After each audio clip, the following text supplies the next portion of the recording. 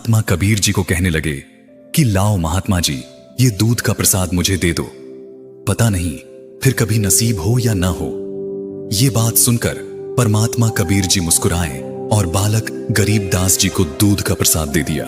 बालक गरीबदास जी ने दूध का प्रसाद पिया और बैठे रहे। परमात्मा कबीर जी ने बालक गरीबदास को अपना ज्ञान बताया, उनको सतलोक के सुखों के बारे में बताया, वहां की व्यवस्था बताई। बालक गरीबदास जी कबीर परमात्मा जी की बातें सुनकर बहुत प्रेरित हुए और परमात्मा कबीर जी से सतलोक देखने की इच्छा जाहिर की। परमात्मा कबीर जी ने बालक गरीबदास जी को नाम उपदेश दिया। वो उनकी आत्मा को शरीर से निकालकर अपने साथ सतलोक ले गए। गवालों ने बालक गरीबदास जी को उठाने की कोशिश की, लेकिन शरीर में आत्मा न होने के कारण बालक गरीबदास जी ने कोई भी प्रतिक्रिया नहीं की। गांव वालों ने बालक गरीबदास जी को मृत मानकर उनके शरीर को चिता पर रख दिया। उधर परमात्मा कबीर जी ने बालक गरीबदास जी को संपूर्ण अध्यात्म से परिचित करवाया, उनको नरक दिखाया, स्वर्ग दिखाया, ब्रह्मा, विष्णु, महेश के लोक दिखाए और आखिर में परमात्मा कबीर जी ने बालक गरीबदास जी को सतलोक दिखाकर उनके अंदर सारा तत्व ज्ञान डालकर वापस शरीर में छोड़ दिया। गांव वालों ने बालक गरीबदास जी को चिता पर रख दिया था और अग्नि देने ही वाले थे। तभी बालक गरीबदास जी के शरीर पर बंधी सारी रस्सियां अपने आप टूट गईं और बालक गरीबदास उठ खड़े हुए।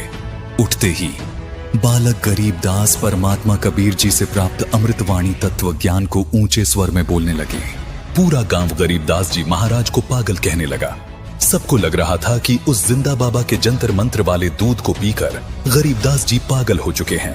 3 वर्ष पश्चात एक गोपाल दास नाम के संत के आग्रह करने पर गरीबदास जी महाराज ने परमात्मा कबीर जी से प्राप्त तत्व ज्ञान व अमृतवाणियां लिखवाई, जो आज सदग्रंथ साहिब के रूप में उपलब्ध है। दर्शकों, जिस प्रकार तुलसीदास जी ने लाखों वर्ष पूर्व त्रेता युग में घटी रामायण को अपनी दिव्य दृष्टि से लिख दिया, जो संपूर्ण हिंदू समाज के लिए मान्य है, इसी प्रकार वेद व्यास जी ने महाभारत के युद्ध के दौरान बोली गई श्रीमद् भगवद गीता जी को वर्षों उपरांत अपनी दिव्य दृष्टि से लिखा, जो सर्व भक्त समाज को मान्य है।